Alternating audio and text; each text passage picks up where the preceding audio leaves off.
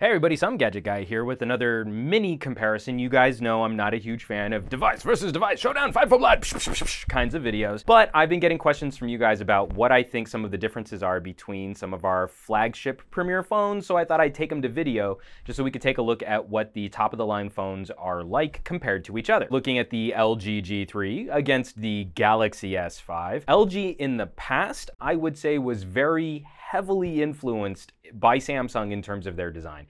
And now I think LG is starting to walk away. And you'll pardon, I love my toast case, my toast cover. So I'm leaving my toast cover on. You don't get to actually see what the stock Galaxy S5 looks like. But I think in terms of general design, LG is starting to walk away from the Samsungification and has actually drawn a little inspiration from HTC in their choice of color and texture on the back of their phone. And I would say that's probably a good idea, as I wasn't a big fan of the backplate on the Galaxy S5 having that Band-Aid dimpled appearance. I thought it felt really good in the hand, but it didn't photograph very well. I don't think it looks super great, but that's also one of the reasons why I've been enjoying the skins and covers so much. We know that the LG G3 has a higher resolution display. This is a Quad HD screen, 2560 by 1440, versus the 1080p, 1920 by 1080 screen on the Galaxy S5. So on paper, this is definitely a better screen just because it's packing more pixels. We love that pixel pitch. We love that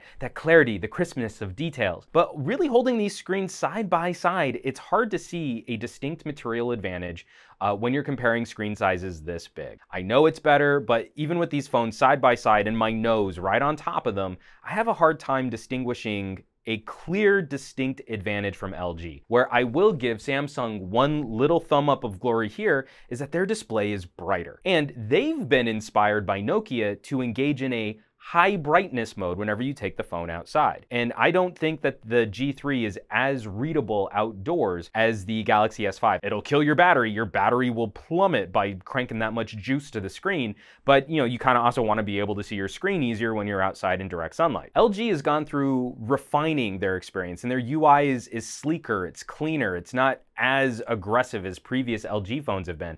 I'm liking it a lot, whereas we know Samsung is notorious for packing on tons of additional software. And so even though the hardware on these phones is very similar, the LG definitely feels snappier, quicker, apps launch up faster. The camera, especially getting into the camera, is a much faster experience on the LG than it ever has been on any of the Galaxy phones that I've used. There's always a lag getting into the Galaxy S5 camera, which is a bit disappointing. You don't want to miss the shot, but then it takes an extra second just to load up. I don't necessarily love Samsung's button arrangement down at the bottom, the one big clicky home button, and I've never really gotten good use out of the fingerprint scanner. So I went ahead and put a skin on the front face. So I can't even really use the fingerprint scanner now because of the skin. I kind of like that we're saving space on the G3 just by having software buttons that will hide themselves in certain apps like games.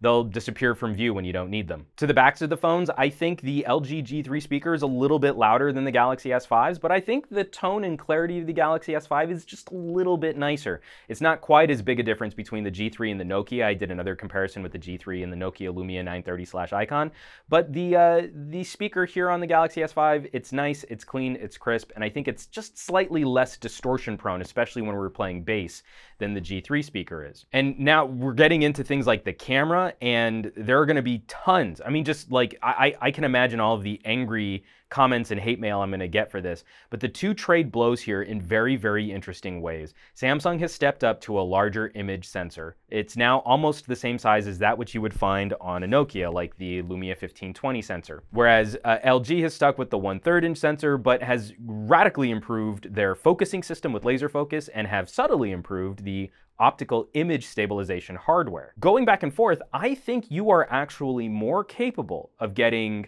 photographic and cinematic images out of the Galaxy S5 camera, but the entire shooting experience is nicer and easier on the G3.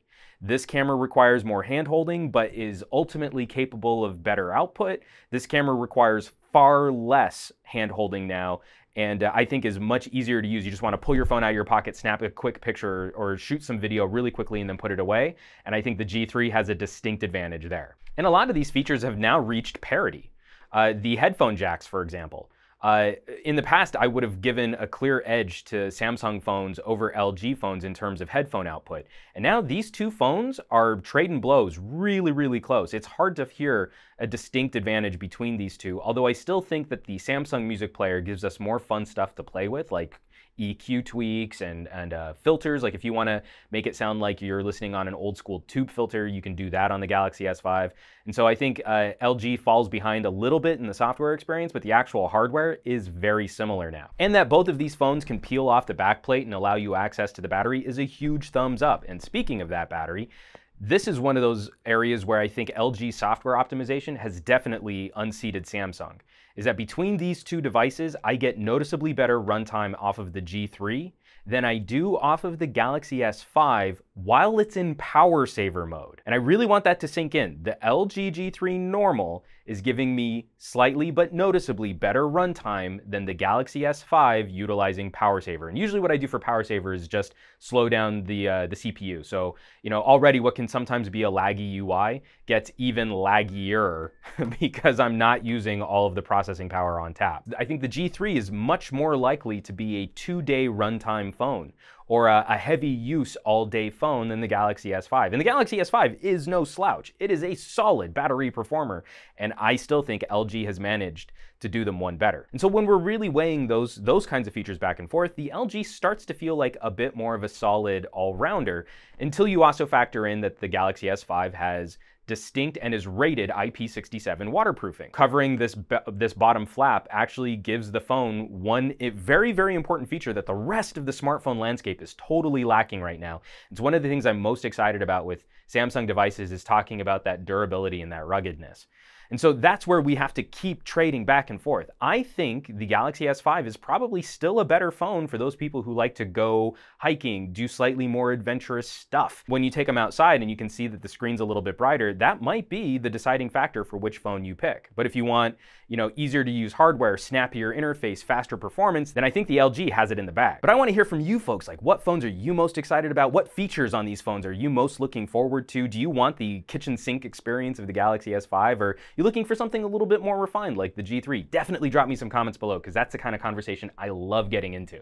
As always, folks, thanks so much for watching my videos, sharing my videos, subscribing to my channel, dropping me those amazing comments. I love the conversations we get into. Hit that thumbs up button, and I will catch you all on the next review.